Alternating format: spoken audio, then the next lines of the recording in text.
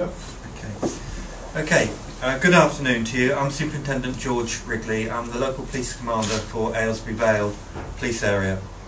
Can I first of all say that incidents of this nature are very rare for Aylesbury, and we believe that this was a targeted crime. At this time, our thoughts are clearly with the victim and also with his family. The role of the local police at the moment is to work with the Major Crime Department and support their investigation, and primarily provide reassurance to the local community. We have patrols out there at this time, and they will continue for the next few days, giving a visible presence in this community. At the same time, we intend to engage with members of the public who have concerns.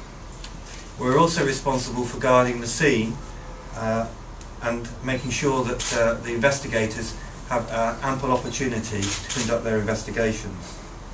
We're also providing a briefing to local community leaders to make sure they're aware of what we're doing.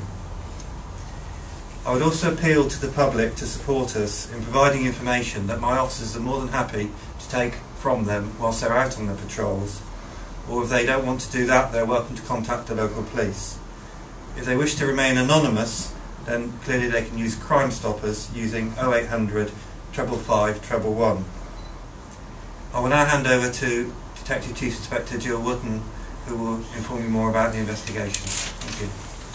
Ladies and gentlemen, thank you very much for attending the press conference today. I have a prepared statement I will read out because there are some details of witnesses I want to be quite clear about, and after that we will open the door to some questions. We're continuing our appeal at the moment for information in connection with the shooting of a 33-year-old man at an address in Stour Close, Aylesbury, yesterday morning. As part of this ongoing appeal for information, we have identified a number of people that were seen in the local area doing their normal day-to-day things around the time of the incident, and some of these people may have vital information that will assist us in our inquiry. At about 9:55 yesterday morning, an older white man was seen walking a small terrier-sized dog on the far side of the field near to Stour Close, walking towards the location of the shooting. An elderly white woman was also seen walking away from Stour Close. She was wearing a long light blue coat. She was walking a long-haired golden Labrador. There was also another woman seen walking an English Bull Terrier type dog who came from the back gates of one of the properties in Witham Way nearby. There were two men seen who were believed to be in their late teens, who were also in Witham Way, talking to another man who was on crutches. They were both white. One of the men was 5 foot 10 inches to 5 foot 11 inches tall, with dark hair and stubble. He was wearing a blue zip-up hooded top and jeans. The other man was between 5 foot 6 inches and 5 foot 8 inches, but we do not have any further description of him. Are you one of these people? Were you there, and have you got some information? Did you hear or see anything suspicious yesterday morning that would help me and my team of detectives and officers in their inquiries? If so, I would urge you to come forward and speak to the police. As we have already said, this was not a random attack.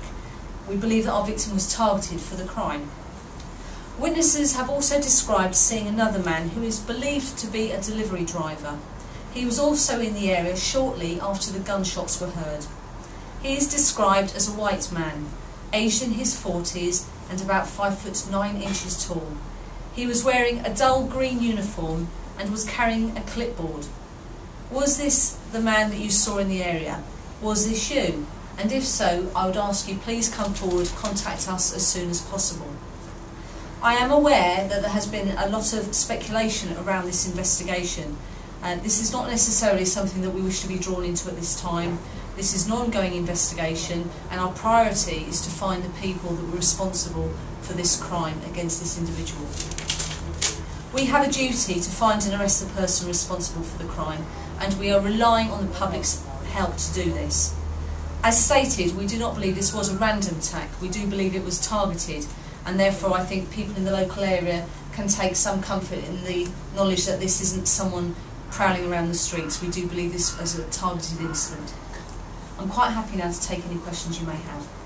How's the victim at the moment? What's his condition, and is he under armed guard at the moment in hospital? I can confirm that the victim is under armed guard at hospital. He is critically ill. He has injuries to his arms and legs. He's had an operation overnight for those, and he is being cared for in hospital at this time. So is he in intensive care, and can you say which hospital? I'm not prepared to say which hospital he's at. Do you know how the gun man or men got away from the house?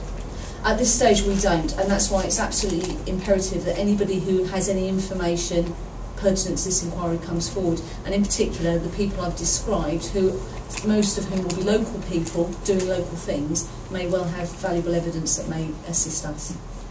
I was going to say, was the victim staying in a safe house? Can you confirm that? I understand there's been some speculation around this area. What I would say to you is that the individual chose to live in the Aylesbury area. This house is not a safe house. He did not have an assumed identity. Was he under police protection? It would be inappropriate for me to comment on any issues around witness protection schemes or any people involved in those issues, because as I've just said to you, this person was living under his own identity. He chose to live in the Aylesbury area, and this is not a safe house.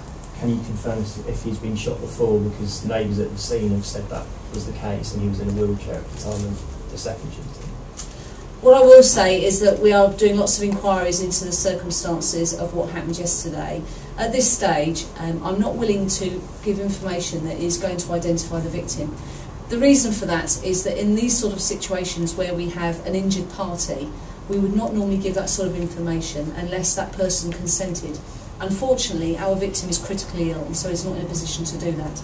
In addition to that, the family have expressly asked me not to give information that would reveal his identity. So I'd ask that you respect that. Does he have a criminal background? Again, I don't think that's something I'm going to be drawn on today. Obviously, we're looking into all issues around the circumstances of what has happened, what any witnesses have to say about what's happened, and obviously we're looking around the circumstances of the individual himself to see what, if any, lines of inquiry that will generate for us. How many times was he shot? How many injuries, do you know? I'm not going to confirm that at the moment because obviously we're still doing inquiries, but it was, there's been more than one bullet. A number of the neighbours say that when he came out on the stretcher he was handcuffed. Was he, and if so, why? At this stage I would prefer not to talk on that. Clearly there are issues around the circumstances when he was recovered that I'd rather leave at this time. Was he actually shot in the house or outside? At the moment, I can't say that to you. We're still going through maybe a forensic investigation at the scene. The scene, as I'm sure you'll already be aware, is cordoned around the area, the sort of vicinity around the property and also the property itself. And all those investigations are ongoing at the moment and will certainly be ongoing for the next few days. So I'm not in a position to give answers to that at the moment. Do you know how many guns there were involved in this? Was there a shootout between the victim and the would-be killer? I have no information on that at this time. Do you know the type of weapon the victim was shot with? I can't give that information at this time. Are you working with any other police forces with this? Talking to anyone at Operation Trident or in London? We are, as usual, we were looking at all lines of inquiry and we will be liaising with whichever forces may be relevant to the inquiries we have ongoing.